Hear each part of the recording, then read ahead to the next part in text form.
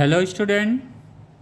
आज हम लोगों का जो टॉपिक है वो है स्पेसिफिक हीट और स्पेसिफिक हीट कैपेसिटी, और इसी को हम लोग बोलते हैं स्पेसिफिक हीट कैपेसिटी कांस्टेंट। जैसा कि हम लोगों ने गैस में स्टडी किया हुआ था कि दो हीट कैपेसिटी होता है। एक हीट कैपेसिटी क्या होती है, एट कांस्टेंट वॉल्यूम होता है जिसे हम लोग CV से रिप्रेजेंट करते हैं। दूसरा होता है एट कांस्टेंट प्रेशर, जो गैस का स्पेसिफिक हीट जो निकलता है उसे हम लोग CP से प्रेजेंट करते हैं। आइसोथर्मल प्रोसेस में कुछ नहीं होता। जैसे हम लोगों ने जो थर्मोडाइनमिक्स पैरामीटर पढ़ा था बेटा, उसमें जो मेन पैरामीटर्स क्या था, प्रेशर्स था, वॉल्यूम था एंड टेम्परेचर था। जो हम लोगों ने CV निकाला वो वॉल्यूम पे निकाला कांस्टेंट करके, जो हम लोगों ने CP निकाला वो प्रेशर्स को कांस्टेंट करके निकाला। अब ये बात आती है कि सर टेम्परेचर को कांस्टेंट करने पे फिर क्यों नहीं CT को ही मिल जाता है स्पेसिफिक हीट। तो बेटा टेम्परेचर कांस्टेंट पे कोई स्पेसिफिक हीट हमें नहीं मिलती है, बल्कि जो चेंज इन अगर टेम्परेचर कांस्टेंट है बेटा, तो हमने यही पढ़ा है ना, heat supply is directly proportional to the numbers of moles of the gas. Heat supply is directly proportional to the change in temperature. और ये दो चीज़ है, इसको बेटा जब प्रोपोर्शनलिटी हटाते हैं तो हम लोगों को ये मिल जाता है। अब अगर हम इसको कहते हैं pressure, volume and temperature, these are the three parameters of thermodynamics, main parameters. एक इंटरनल एनर्जी होती है that is quite related with the temperature. तो ये चीज़ें आती हैं। अगर टेम्परेचर बेटा कांस्टेंट है तो चेंज इन टेम्परेचर कितना आएगा, DT equal to 0। Then C की वैल्यू कितनी हो जाएगी, इनफाइनाइट। इसलिए बेटा ये सवाल देखिए, फिजिक्स पढ़ते वक्त आपको स्वयं से भी सवाल करना पड़ता है कभी कभी, यार ये CP तो हमने पढ़ ली, CV पढ़ ली, CT क्यों नहीं आ रहा है। अरे इसलिए नहीं आ रहा है बेटा, उस पर जो होती है वो C की वैल्यू कितनी आती है, इनफाइनाइट होती है, इसलिए ये वैलिड नहीं है। हम CP और CV ही पढ़ते हैं। क्लियर हो गया बेटा। आइए हम लोग बेटा स्पेसिफिक हीट आज जो पढ़ेंगे उस पर कंपटीशन से रिलेटेड बहुत सारे क्वेश्चंस आते हैं, और कॉन्सेप्चुअल सब्जेक्ट है, वो कॉन्सेप्चुअल टॉपिक है। नीट में भी, JEE में ढेर सारे सवाल इस पे आए हुए हैं। और बेटा ये कॉन्सेप्ट्स क्या है, उन्होंने क्या किया है, दो गैसेज हैं, एक गैस सपोज मान लिया A है, दूसरा गैस मान लिया B है। इन्होंने ये बोला जब ये दोनों गैस को मिक्स कर दिया जा रहा है, तो मिक्स करने के बाद गैस की जो है वो CP और CV की वैल्यू क्या होगी, ये चीज़ें हैं। तो जनरली मिस्टेक्स दिमाग में चलते रहते हैं, और मिस्टेक दिमाग में नहीं चलेगा तो हम सही चीज़ कैसे सीखेंगे। तो बेटा CP और CV मिक्स का कैसे निकालना, इसके बारे में हम जानेंगे, और वो वास्तव में न्यूमेरिकल के लिए सबसे बेस्ट टॉपिक है, और यहाँ से न्यूमेरिकल्स आते हैं। तो हम लोग शुरू करें बेटा, कुछ बेसिक्स जो हम लोगों ने पढ़ा हुआ इसको कंसीडर करते हुए हम लोग चलते हैं। तो बेटा एक चीज़ ध्यान रखना, हमेशा जब भी इस तरह से कॉन्सेप्ट आए जहाँ पे एक गैस दूसरे गैस में मिक्स किया जाता है, या मिक्सचर की जहाँ पे गैसेस की बात है, 1 2 3 4 गैस भी मिक्स किया जा सकता है बेटा। यहाँ पे हम लोगों ने 2 गैस लिए, ऐसे नहीं 3 गैस आएगा तो आप कन्फ्यूजन नहीं, आप फिर तीसरे का भी निकाल लेंगे। अब वो निकालते वक्त हमें ध्यान क्या देना, हमें तो बस यही हमने जाना, heat supply is directly proportional to the numbers of the mole. Heat supply is directly proportional to the change in temperature, यही ना हम लोगों ने पढ़ा है। और दूसरा हम लोगों ने पढ़ा है, ये दो ही हमने बेटा पढ़ा है, DU प्लस W। यही दो पे आपको ध्यान रखना, Q equal to DU plus W and Q equal to NCDT। Okay बेटा, ये दोनों साइमल्टेनियसली आपके दिमाग में चलेगा। थर्मोडाइनमिक्स में बेटा यही चीज़ें हैं मेन। ओके, तो वो भी क्या है, हीट सप्लाई क्या हो रहा है, change in temperature numbers of moles के बराबर है। यहाँ पे जो हीट सप्लाई हो रहा है वो क्या कर रहा है, वो अपने आप को हीट क्या है, एनर्जी है। फर्स्ट लॉ क्या बोलता है, कंजर्वेशंस ऑफ एनर्जी है। तो ये बोलते हैं अगर जो आपने हीट दिया उसके फॉर्म चेंज हो जा रहे हैं, 2 फॉर्म में वो हीट पूरा यूज हो रहा है। एक तो हो रहा है चेंज इन इंटरनल एनर्जी में हो रहा है, दूसरा क्या हो रहा है, वर्क डन में हो रहा है। ये यहाँ पे कंजर्व किया। थर्मोडाइनमिक्स में क्या किया है, एनर्जी को कंजर्व किया है। First law of thermodynamics clear हो गया। फिर कहेंगे सर ये क्या, ये तो सिंपल है कि हीट कितनी रिक्वायर्ड होती है डीटी टेम्परेचर को बढ़ाने के लिए। यहाँ पे एक जगह क्यों जो हीट सप्लाई कर रहे हैं, वहाँ पे जो बात हो रही है वो बात हो रही है बेटा चेंज इन टेम्परेचर कितना हो। वहाँ पे कन्वर्जन नहीं हो रहा है बेटा, वो हीट जो है मतलब टेम्परेचर को चेंज कर रहा है। और जब टेम्परेचर चेंज होगा बेटा क्या होगा, इंटरनल एनर्जी जाहिर सी बात है चेंज होगी, क्योंकि internal energy entirely dependent to the temperature. तो ये क्लियर हो गया बेटा। फर्स्ट लॉ ऑफ थर्मोडायनेमिक्स ने बोला कंजर्वेशन ऑफ एनर्जी की बात किया, इन्होंने बोला हीट एनर्जी हमने दिया, और ये हीट एनर्जी दो फॉर्म में डाइवर्ट हो गया। पहला फॉर्म था चेंज इन इंटरनल एनर्जी, दूसरा था वर्क डन। ओके बेटा, तो पहला कॉन्सेप्ट और ये दूसरा, ये दोनों हमेशा क्लियर होना चाहिए जब भी बेटा हम लोग थर्मोडायनेमिक्स पढ़ते हैं, क्योंकि जब न्यूमेरिकल्स आता है तो ये दोनों ही यूज़ होते हैं मैक्सिमम। ओके बेटा, इसी दो को कॉन्सेप्ट लेकर हम लोग आगे बढ़ें, बिल्कुल हम लोग आगे बढ़ते हैं। सपोज बेटा ए गैस है, ये गैस ए है, इसके वजह जो नंबर्स ऑफ मोल्स है बेटा N1 है। बाकी अभी हम नरेट कर देंगे, जहाँ पे हम लोगों ने पूरा लिखा हुआ है इसको हम फिर से पढ़ देंगे, आप अपना नोटबुक जो बनाते हैं उसमें आप बना लीजिए। हम लोग आगे कॉन्सेप्ट्स को समझते हैं। गैस ए में क्या है बेटा, नंबर्स ऑफ मोल्स कितना है, N1 है। ओके, और उसमें बेटा suppose change in internal energy A gas में कितना हो रहा है, सिंगल गैस में कितना हो रहा है, DU है। ओके, उसका वॉल्यूम जो है ए का जितना वॉल्यूम होगा उतने दूसरे गैस का ही वॉल्यूम होगा, क्योंकि कंटेनर हम नहीं चेंज कर रहे हैं। ये भी देखिए, ये बेटा कॉन्सेप्ट है। कोई चीज़ पढ़ने से पहले हमें कॉन्सेप्ट दिमाग में क्या लानी है, जिस गैस में ए है उसी गैस में हमें फिर ए को रिप्लेस करके बी रख के इमेजिन करना रहेगा। ओके, फिर जब मिक्स करेंगे तो इसी में ही करेंगे, उसी कंटेनर्स में ही करेंगे। तो अगर हम कांस्टेंट वॉल्यूम की बात करते हैं बेटा, कांस्टेंट वॉल्यूम, आगे तो हम कांस्टेंट वॉल्यूम की बात कर रहे हैं, ये मान लीजिए उसका इंटरनल एनर्जी। प्रोसेस क्या है बेटा, ए गैस का प्रोसेस आगे क्या है बेटा, कांस्टेंट वॉल्यूम पे है। बी गैस का प्रोसेस हम लोग किस पे ले रहे हैं बेटा, बी गैस का भी प्रोसेस, देखिए दो प्रोसेस इसमें है बेटा। वहाँ पे अगर CP और CV की बात आती है तो इसका मतलब आप दो थर्मोडायनेमिक प्रोसेस आप यूज़ कर रहे हैं। एक थर्मोडायनेमिक प्रोसेस में आप क्या कर रहे हैं, वॉल्यूम को कांस्टेंट कर रहे हैं। दूसरे प्रोसेस जब थर्मोडायनेमिक प्रोसेस आप शुरू करते हैं उसमें किसको कांस्टेंट करते हैं, प्रेशर्स को कांस्टेंट करते हैं। तो गैस B में क्या होगा बेटा, प्रेशर्स कांस्टेंट होगा, यानी वॉल्यूम वेरिएबल होगा। तो यहाँ पे बेटा गैस A का हमने कांस्टेंट वॉल्यूम पे निकाल लिया, गैस B का भी क्या होगा, कांस्टेंट वॉल्यूम पे हम निकालेंगे। लेकिन कांस्टेंट वॉल्यूम का मतलब कंटेनर सेम है। सपोज ए गैस पे हमने लिया, क्या लिया बेटा, ये लिया हमने कांस्टेंट वॉल्यूम पे, हमने उसका CV निकाल लिया, CV1। ए गैस का हमने मान लिया स्पेसिफिक हीट, ये गैस B का हम क्या करेंगे बेटा, गैस B का हम मान लेंगे कांस्टेंट वॉल्यूम पे, इसका जो है specific heat V2।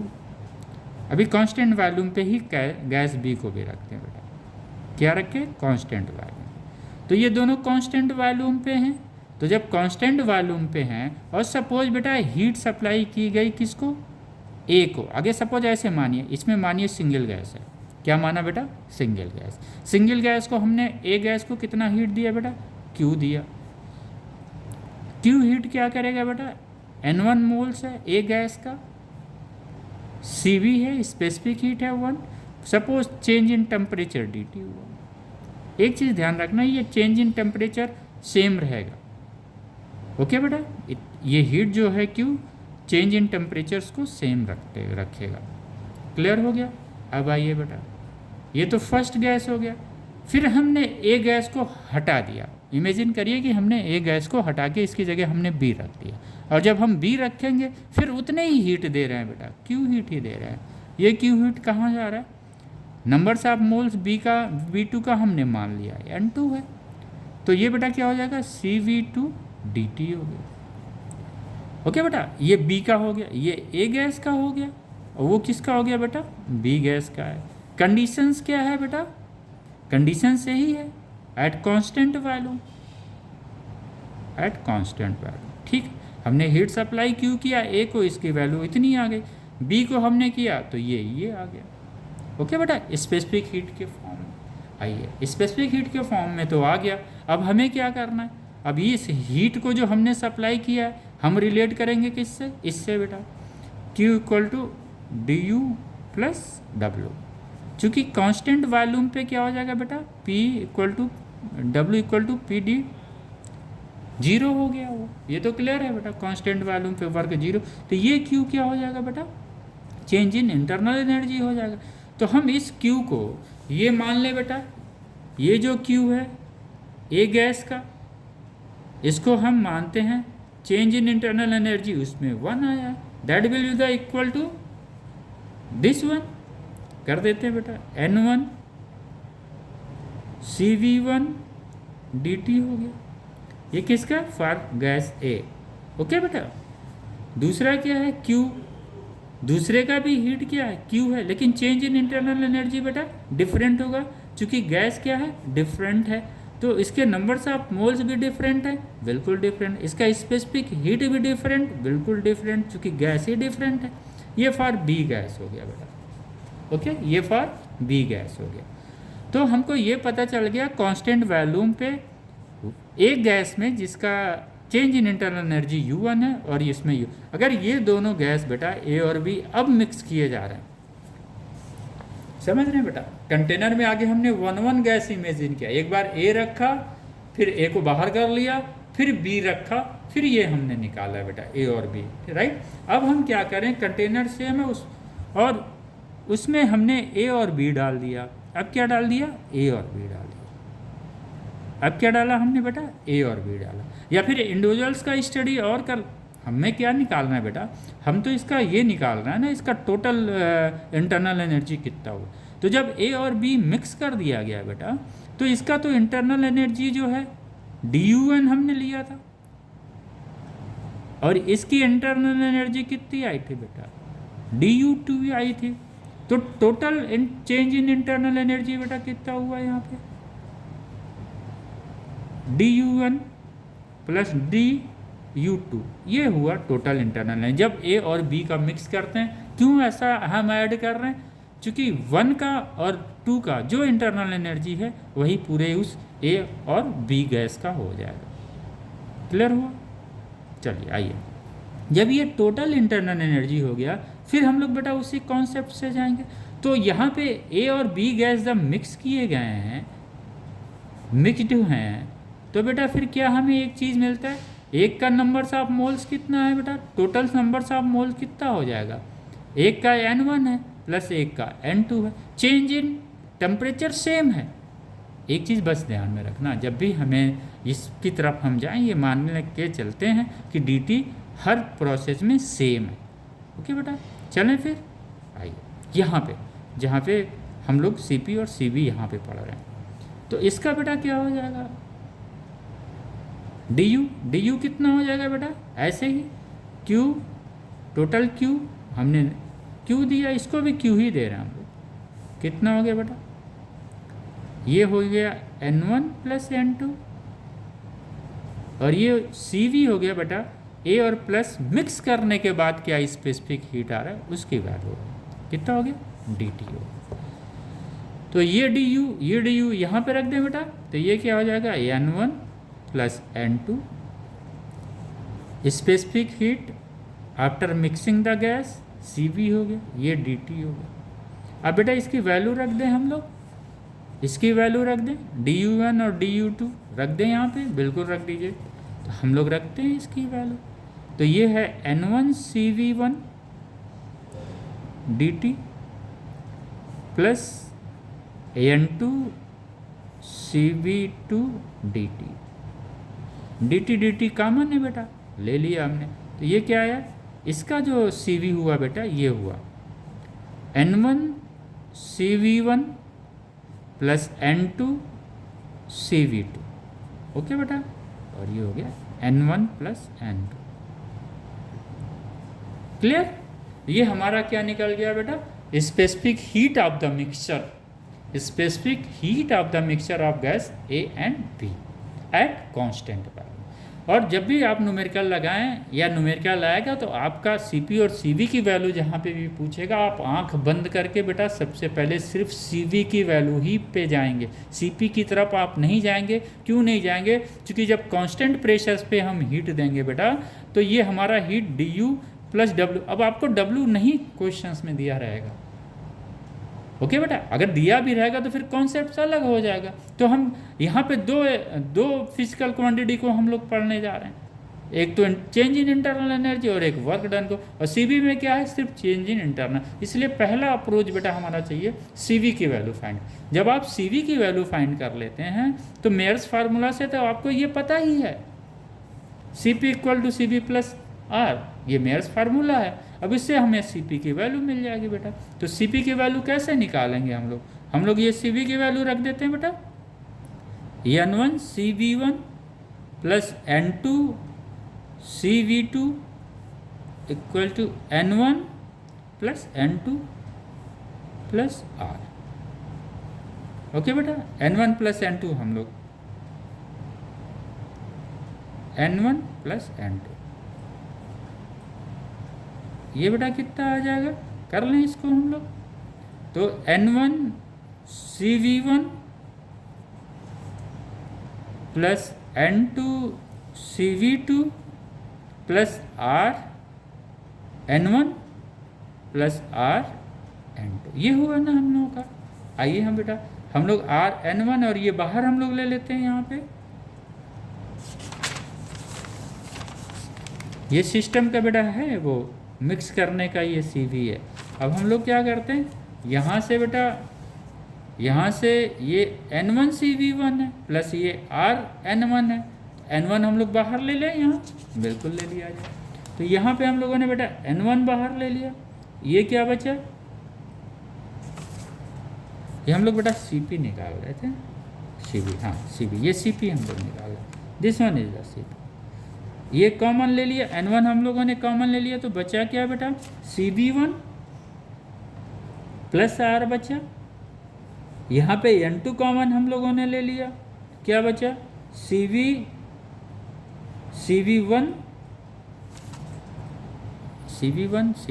This Cv आया था हम लोगों का, हाँ बेटा ये ले लिया कॉमन हम लोगों ने, तो क्या आया बेटा?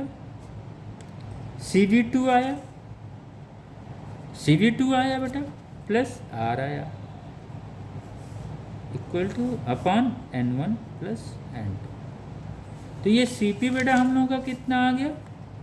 Cp, ये Cp बेटा किसका है? Specific heat at constant pressure mixture of the gas का है बेटा।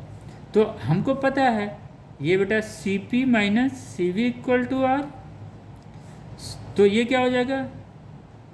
Cp क्या हो जाएगा बेटा? Cv plus R। तो ये Cv1 प्लस R दिया हुआ है, इसका मतलब ये क्या हुआ? N1 Cp1 हो गया प्लस ये क्या हुआ? N2 Cp2 हो गया अपॉन N प्लस 1। ये बेटा न्यूमेरिकल से आते हैं, Cp और Cv का क्लियर हो गया, मिक्सचर ऑफ द गैस का ये आ जाता है बेटा, ठीक है। तो ये यहीं तक बस हम लोगों का है, और ये इंपॉर्टेंट है बेटा न्यूमेरिकल के पॉइंट ऑफ व्यू। मिक्सचर्स के बाद क्या होता है? अब आपसे एक चीज़ और पूछ सकता है कि जो है गामा की वैल्यू पॉइसन्स कांस्टेंट क्या होगा? किसका? मिक्सचर ऑफ द गैस का। तो मिक्सचर ऑफ द गैस का अगर पूछेगा आपको बेटा तो Cp अपॉन Cv किसका है? Mixture of the gas. Mixture of the gas का क्या पूछ रहा है? पॉइसन्स कांस्टेंट पूछ रहा है। तो क्या करना है? Cp की वैल्यू ये है हम लोगों के पास, N1 Cp1 plus N2 Cp2 plus N1 Cv1 plus N2 Cv2। ये हमारा मिक्सचर्स का जो है पॉइसन्स रेशियो निकल जाएगा। ये बेटा हमको लग रहा है बहुत कॉन्सेप्चुअल है। अब आप इसको अपने नोटबुक में, ये बेटा पढ़ाने का यही रणनीति ठीक है सो दैट कि आपको ये समझ में आए। हम लोग फिर आगे चलते हैं, इसको नोट डाउन आप कर लीजिएगा। इसको एक बार मैं पढ़ दे रहा हूँ, ओके पढ़ दीजिए सर, बाकी हम लोग नोट कर लेंगे। श्योर, बिल्कुल। Cp and Cv for a mixture of a gas CV for a mixture of A gas, let number of moles in one gas N1 मान लिया था, specific heat of one gas A CV1 मान लिया था, be mixed with another gas B, उस B gas का number of mole N2 है, उसका स्पेसिफिक हीट CV2 है, टेम्परेचर कितना चेंजेज हुआ बेटा DT हो गया। ओके आइए, change in internal energy of gas A मान लिया हमने DU1 है, change in internal energy of gas B DU2। In this process volume remain constant, बिल्कुल चूंकि CV की हम स्टडी कर रहे हैं, specific heat capacity at the constant volume कर रहे हैं, इसलिए वो CV होगा। वर्क कितना हो जाएगा बेटा 0 हो जाएगा, चूंकि देयर इज नो चेंज। हम लोगों ने यही बोला था जब भी क्वेश्चन आता है बेटा और CP और CV दो चीज़ दिया हो, पूछता value find the value of CP, तो आप सिंपल CV की वैल्यू कैलकुलेट कर लीजिए, CP तो अपने आप निकल जाएगा। यानी हमारा फर्स्ट अप्रोच होगा to find out the value of CV। आप CP की तरफ मत जाइएगा। ओके बेटा, ठीक है, CP तो अपने आप निकल जाएगा मेयर्स फार्मूला से। As we know supply Q this for a gas A, जैसा कि हम लोगों ने पढ़ा हुआ था बेटा। आइए, since heat supply to mixture is Q at constant value, अब मिक्सचर्स की हम लोग बात करें, B गैस का बेटा N2CVT V2 DT निकाला था। इंटरनल एनर्जी सिस्टम जब मिक्सअप के बाद टोटल इंटरनल एनर्जी क्या आती है, internal energy of the gas A and internal energy of gas 2। This one आ गया, वैल्यू हम लोगों ने रख दिया। Numbers of moles of a mixture बेटा क्या हो जाएगा, जब गैस ऐड कर देंगे तो मिक्सचर्स क्या होगा, इसके नंबर्स ऑफ मोल जोड़ जाते ऐड हो जाते हैं, N1 + N2 हो जाता है। टोटल मिक्सचर्स को क्या हीट हमने दिया और ये हीट कितना हुआ। ओके बेटा, ये यहाँ से निकल गया, क्योंकि यहाँ पे आपको दो लगाना है, एक तो Q = NCV/dt लगाना है या NC/dt स्पेसिफिक हीट के टर्म्स में हम लोग लेके चलेंगे। दूसरा क्या लगाना है, फर्स्ट लॉ ऑफ थर्मोडाइनमिक्स, दो इक्वेशंस यहाँ पे चलेंगे बेटा। तो total change in internal energy बेटा आ गया, कितना आया, this one N1 + N2, same process जैसे आपने गैस A के लिए लिया हुआ है। बस कंटेनर्स को इमेजिन करिएगा कि हम 1 by 1 करके स्टडी कर रहे हैं।